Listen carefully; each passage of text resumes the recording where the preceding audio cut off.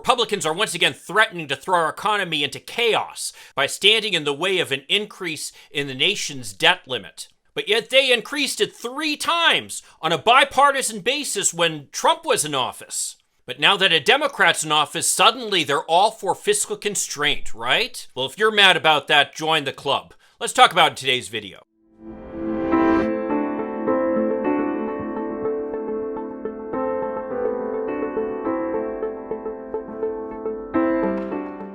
Hi, I'm Mike Greiner. I'm a lifelong Democratic activist who's concerned about the direction our country is taking. If you share my concerns, maybe you could like this video and subscribe to this channel, maybe even click that little bell that will notify you when I post something new. So just what is the debt limit is a question I hear all the time. And basically what it is it's an arbitrary amount of money set by Congress beyond which the federal government cannot borrow anymore. So as the United States goes out and spends more money than it takes in, something that happens a lot, by the way, since the Republicans passed their tax giveaway to the rich under Donald Trump.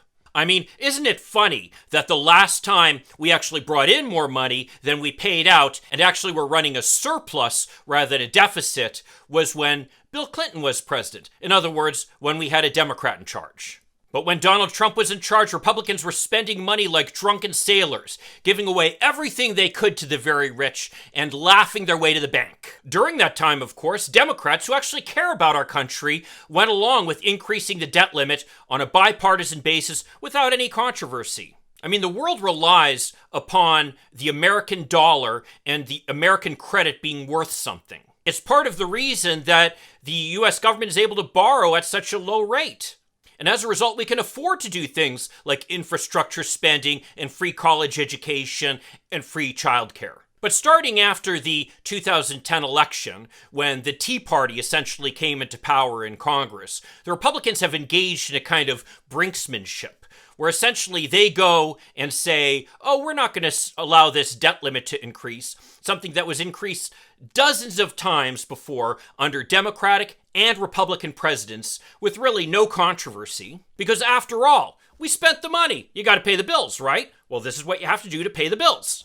Who other than Republicans thinks you don't have to pay the bills after you've incurred them? But that's the Tea Party and the right-wing Trumpist Republicans for you. So, of course, with Barack Obama, a Democrat in charge, they started engaging in this game of brinksmanship, which actually hurt the credit rating of the United States and really, as such, threatens global stability and threatens the ability of the United States to continue its position as a leading country. But those Republicans, they don't care, do they? Republicans did things like using the debt limit as a way to stop Democrats from giving extended unemployment benefits to people in the middle of the worst economic recession since the Great Depression. They really care about people, you know. In fact, at the time, I thought that was a huge mistake on President Obama's part. I thought he should have called their bluff and said, you know what? I'm not going to allow our debt limit to be held hostage, and I'm certainly not going to allow it to be held hostage for the unemployment benefits that people need in the middle of this recession. I think the American public would have been outraged by that behavior by the Republicans. Unfortunately, President Obama caved and gave in to some of the demands of the Republicans simply to allow the United States to go forward and continue paying its bills. Now, after the Obama administration had gone through this rigmarole a couple times, they said, we're not going to negotiate with Republicans anymore about this. We're simply going to require the business community, who really cares about this, by the way, to deliver their votes on this issue. And lo and behold, suddenly the debt limit didn't become an issue anymore. But when it really didn't become an issue anymore was once Trump was president.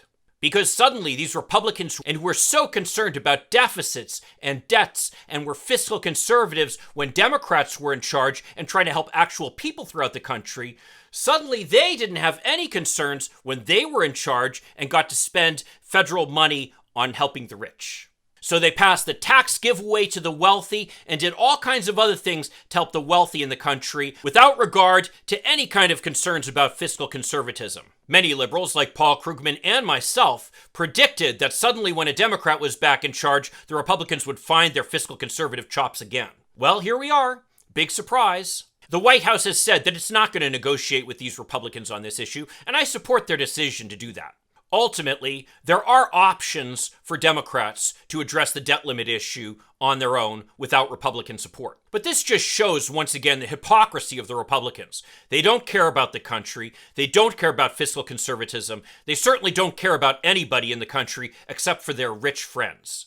So unfortunately, this move by Republicans now to block the debt limit again, now that a Democrat's in charge, is disappointing, although unfortunately not terribly surprising. Well, if you agree with me or disagree with me, or if you have additional questions about the debt limit, feel free to say something in the comments below. I'd love to see your comments. If you could like this video and subscribe to this channel, that'd be a huge help. I'll see you in the next video, and in the meantime, let's hope for continued progress.